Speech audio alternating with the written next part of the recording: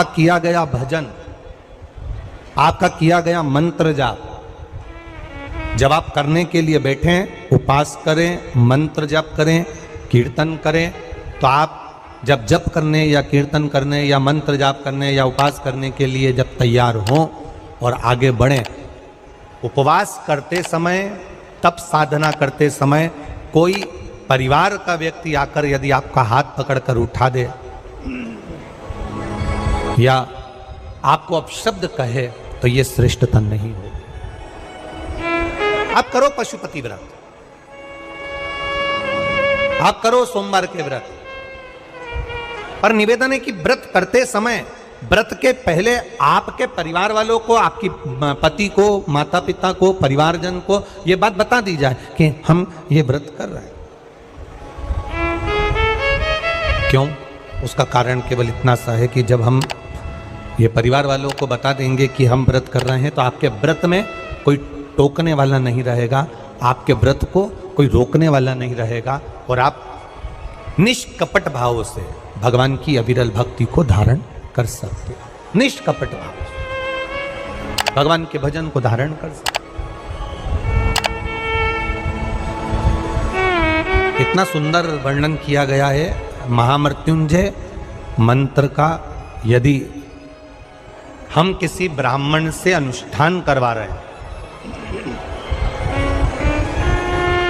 महामृत्युंजय मंत्र का यदि हम किसी ब्राह्मण से अनुष्ठान करवा रहे हैं, शिव महापुराण की कथा कहती है, अनुष्ठान पत्नी करवा रही है या पति करवा रहा है, सास करवा रही है या ससुर करवा रहा है, घर का जेठ करवा रहा है या जेठानी करवा रही है।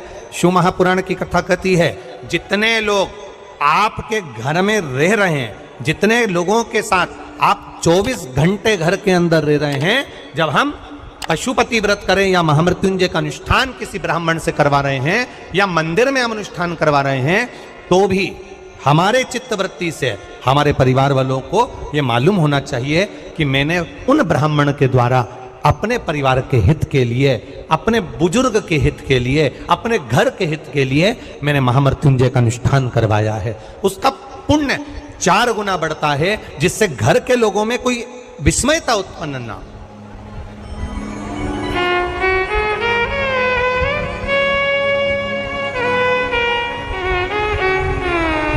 हमारे भीतर कोई विस्मयता उत्पन्न ना हो, हमारे मन के भीतर कोई भेदभाव उत्पन्न ना हो। और हम तो यहां तक कहेंगे, आप अगर शंकर जी के मंदिर में जा रहे हो, 1 लोटा जल चढ़ा रहे हो, शंकर जी के मंदिर में पहुंचकर 1 लोटा जल समर्पित कर रहे हो, तो भी आपके घर के लोगों को मालूम होना चाहिए कि ये पास वाले शिव मंदिर में गई है, मेरे पास के मंदिर में मेरा घर का बच्चा शंकर जी को जल चढ़ाने गया है, मेरा पति पास के मंदिर में शंकर भगवान को जल समर्पित करने के लिए गया है। ये घर के लोगों को ज्ञात होना चाहिए।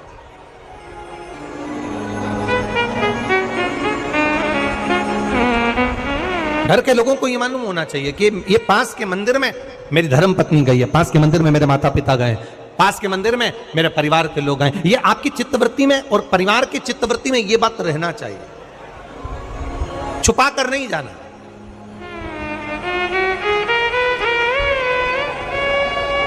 छुपा कर भगवान के मंदिर में नहीं जाना, छुपा कर पशुपति व्रत नहीं करना।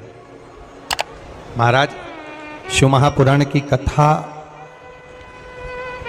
वर्णन करती है कि आप भगवान का अगर कोई व्रत, कोई साधना, कोई नियम ले रहे हो, माना आपने कोई व्रत करा, कोई करी, पर घर के लोगों को वो ज्ञात होना चाहिए कि ये मंदिर तक जा रही है, ये पशुपति व्रत कर रही है, आराधना कर रही है।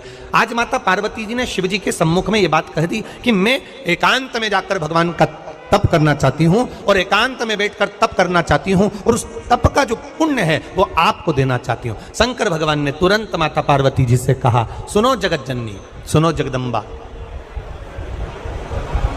सुनो पार्वती, आप तप करो, मना नहीं है, आप साधना करो, मना नहीं है, आप आराधना करो, मना नहीं है, और आप सोचो कि आपकी करी गई तप साधना का पुण्य आप मुझे दे दो, तो भगवान तुरंत कहते हैं, पार्वती जी मुझे आपके तप साधना का पुण्य नहीं चाहिए, आप अपना पुण्य अपने पास में रखो, हमें आपका पुण्य नहीं चाहिए। अभी तक जितनी शिव महापुराण की कथा हुई, उस कथा में आज तक ये बात नहीं निकली जो आज आप लोगों के बीच में इस भोपाल नरेला विधानसभा में जो कथा चल रही है, इसमें ये कहना चाह रहे हैं। बड़ा ध्यान लगाकर सुनना। आप अगर 5 महीने तक, 6 महीने तक, 3 महीने तक, 2 महीने तक, 15 दिन, 20 दिन, 1 महीना, 1 साल, 2 साल, 8 साल, 4 साल अगर आपने शंकर भगवान को जल चढ़ाया है, तो शिव महापुराण की कथा यहाँ तक कहती है कि आपके घर में अगर कोई व्यक्ति बहुत दयनीय स्थिति में पड़ा हुआ है, हॉस्पिटल में पड़ा हुआ है, कोई तकलीफ में पड़ा हुआ है, कोई कष्ट में पड़ा हुआ है, तो आप जब भगवान शिव को जल समर्पित करो तो बाबा से ये विनती कर कर भी जल समर्पित कर सकते हो कि मेरे परिवार का एक व्यक्ति, उसका ये साथ में ये हो गया और वो हॉस्पिटल में पड़ा, उसका नाम ये है, गोत्र ये है। बाबा, हमने जो तप साधना करी है, हमने जो इतने महीने तक आपको जल समर्पित करा है, हमने जो बेलपत्र समर्पित करी है, मेरे बाबा आज स्वीकार करना। और जो हॉस्पिटल में पड़ा है, जो कर्जे में लदालूम पड़ा है, जो तकलीफ भोग रहा है, ऐसी कृपा करना बाबा कि मेरे 2 महीने जो मैंने जल चढ़ाया है, उस चढ़ाए गए जल का पुण्य मैं उसके खाते में देती हूं और उसको ठीक कर देना। यह पुण्य का भाग है।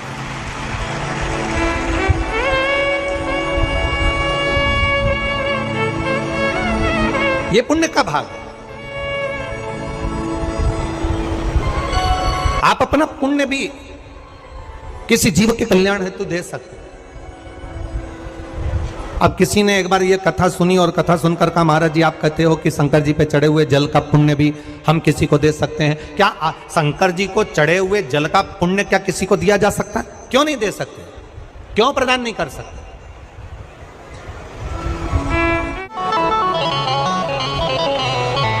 एक पुण्य का अपने भीतर एक विचार फिर करिएगा। बड़े बड़े सावधानी की कथा है। आप लोग सोचो कि यह कथा यहाँ से सुनी, यहाँ से निकाल दी, बच्ची कुची थी, कपड़े में झटकार दी। यहाँ कथा अगर सुनने के लिए आए हो तो थोड़ा दिल लगाकर सुनना, मन लगाकर सुनना।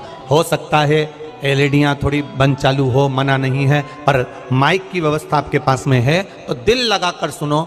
जहाँ मौका मिल जाए वहाँ बैठकर अपना चित्त लगाकर सुनना, क्योंकि 3 घंटे में से केवल 2.5 घंटा आपको प्राप्त होता है। बाकी का पूरा समय आप लोग यहाँ सुबह 6 बजे से रात को 3 बजे से 4 बजे से इस कथा का इंतजार करते हो। शायद दुनिया की पहली कथा होती है शिव महापुराण की कथा, जिसको लोग रात को 4-4 बजे से 3-3 बजे से जगह संभाल कर बैठकर कथा सुनते हैं।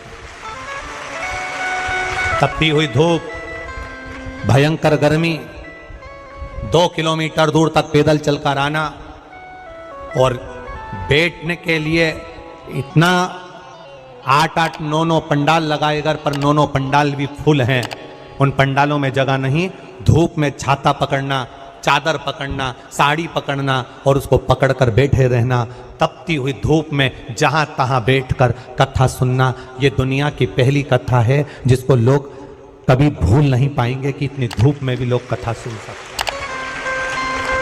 इतनी धूप, इतनी गर्मी, और केवल एक जगह नहीं, जहां शिव महापुराण की कथा का रसतत्व होता है वहां लोग इंतजार करते हैं 3-3 बजे तक। इसको छूटने मत देना। करंट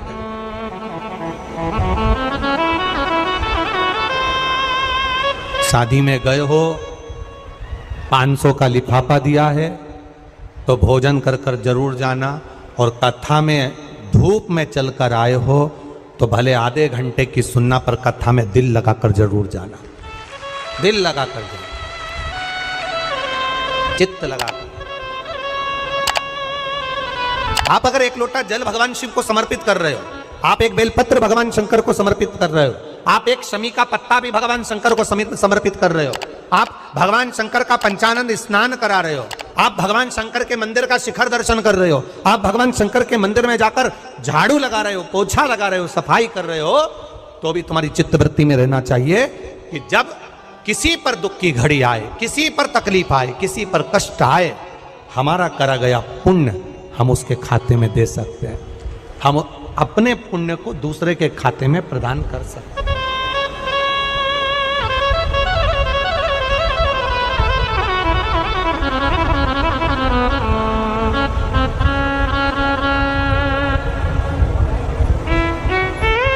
बेलपत्र, जरा ध्यान देना हो। ये बेलपत्र जो होता है, इस बेलपत्र पर कभी कभी आपने देखा होगा कि कई लोग बीच वाले पत्ते पर चंदन लगा देते हैं। ये जो बीच का पत्ता होता है, इस पर लोग चंदन लगा देते हैं। शिव महापुराण की कथा कहती है, अगर भूलवश भी अनायास आपके पास बेलपत्र भी नहीं है, शिव जी का चढ़ा हुआ बेलपत्र भी अगर आपने उठा लिया और उठाकर उस बीच वाले पत्ते पर एक चावल का दाना रखकर भी आप भगवान भोलेनाथ को समर्पित कर रहे हो, तो ये समझ लेना कि तुमने महीना, 2 महीना, 4 महीना, 6 महीना, 8 महीने में, हम तो हमेशा कहते आए हैं, आज फिर कह रहे हैं, 1 महीना पूरा हो जाए जल चढ़ाते, 2 महीना पूरा हो जाए जल चढ़ाते, 3 महीना पूरा हो जाए, 4 महीने पूरे हो गए, 6 महीने पूरे हो गए, या आपका साल भर पूरा हो गया, प्रयास करा करो एक पत्ते पर एक चावल का दाना रखकर शिव जी को समर्पित करना। क्यों? जो तुमने पूर्व में जल चढ़ाया है वो चावल का दाना अक्षय, उसको अक्षत माना जाता है, अक्षय माना जाता है। मतलब तुमने अभी तक जो जल समर्पित करा है वो कभी समाप्त तो नहीं हो सकता, उसका पुण्य तुम्हारे खाते में चले गया, अब तुम उसको किसी को भी प्रदान कर सकते हो।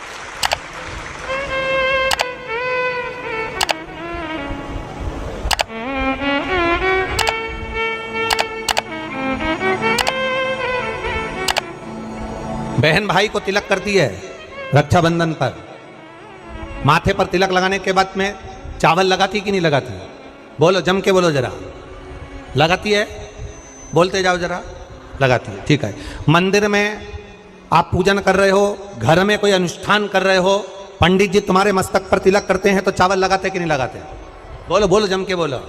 लगाते हैं। तुम्हारे घर में शादी ब्याह होता है तो तिलक करा जाता है तो चावल लगाया जाता कि नहीं लगाया जाता? लगाया जाता। सब समय पर चावल, मस्तक पर कंकु का तिलक, चंदन का तिलक, जो भी तिलक तुम्हारे मस्तक पर लगा है, कोई अगर लगाएगा शुभ कार्य में तो चावल जरूर लगाएगा। बस एक कार्य ऐसा होता है जिस समय पर मस्तक पर तिलक करा जाता है पर चावल नहीं लगाया जाता।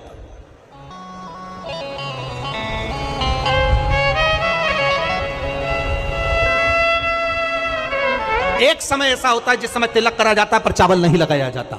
चावल का मतलब है अक्षय, मतलब बार बार भगवान ऐसा मौका लाए, बार बार भगवान ऐसी कृपा करे कि तुम ऐसा अनुष्ठान करते रहो, पुण्य करते रहो, सत्कर्म करते रहो, 16 सोमवार के व्रत करते रहो, चतुर्थी के व्रत करते रहो, तुम छठ की पूजन करते रहो, तीज का व्रत करते रहो, सोमवार का व्रत करते रहो, तुम्हारे घर में हमेशा ऐसे शुभ कार्य होते रहे। केवल अक्षय, अक्षत एक जगह पर नहीं लगाया जाता। कब नहीं लगाते अक्षत को? मस्तक पर तिलक करते समय अक्षत कब नहीं लगाया जाता? केवल एक समय पर। कब? जब घर में कोई शांत हो जाता है और शांत होने के बाद जब मस्तक पर पगड़ी का क्रम होता है, उस पगड़ी के क्रम पर तिलक तो लगाया जाता है पर चावल नहीं लगाया जाता। भगवान से प्रार्थना करते हैं ये बार बार मौका मत देना, जो हो गया उसको समाप्त, ऐसा मौका बार बार ना दीजिएगा। हाँ, पगड़ी पर से उठ गए, अच्छा काम करने के लिए मंदिर जा रहे हो, स्थान छोड़ने के बाद अब तिलक लगाओ और उसमें चावल ढेर सारा लगाओ, कोई मना नहीं। पर अक्षय, उस अक्षत की महत्वता को समझना कि उसको बारंबार प्राप्ति ना हो, ऐसे कार्य की प्राप्ति ना हो, अच्छे कार्य की प्राप्ति, श्रेष्ठ कार्य की प्राप्ति, शुभ कार्य की प्राप्ति। अगर मौका मिले तो एक बार भविष्य पुराण, और एक बार मौका मिले तो कुर्म पुराण, और एक बार मौका मिल जाए तो नंदी पुराण, ये 3 पुराणों का स्मरण करना, इसमें आपको अक्षत की महत्वता प्राप्त हो। भविष्य पुराण, कुर्म पुराण और नंदी पुराण, इन 3 पुराणों में आपको अक्षत की महत्वता प्राप्त होगी कि चावल की महत्वता क्या है। एक चावल का दाना जब अशोक सुंदरी वाली जगह पर चढ़ाया जाता है, एक चावल का दाना अशोक सुंदरी वाली जगह पर चढ़ाया जाता है। हम माताओं से हमेशा कहते हुए आए हैं, आज फिर निवेदन करेंगे, जिस माता के गर्भाशय में गांठ हो गई हो, जिस माता के गर्भाशय में गठान पड़ गई, अक्षत, एक चावल का दाना, गर्भाशय में गांठ हो गई, डॉक्टर को दिखाया, गर्भाशय में बच्चा दानी के अंतर्गत गांठ पड़ गई, गर्भाशय में गांठ पड़ गई, बड़ी तकलीफ की जिंदगी जी रही है, डॉक्टर कह रहे हैं ऑपरेशन करवाओ, डॉक्टर कह रहे हैं ऑपरेशन करवाना पड़ेगा। एक बार मेरे भोलेनाथ पर जल चढ़ाना प्रारंभ करो। एक चावल का दाना अशोक सुंदरी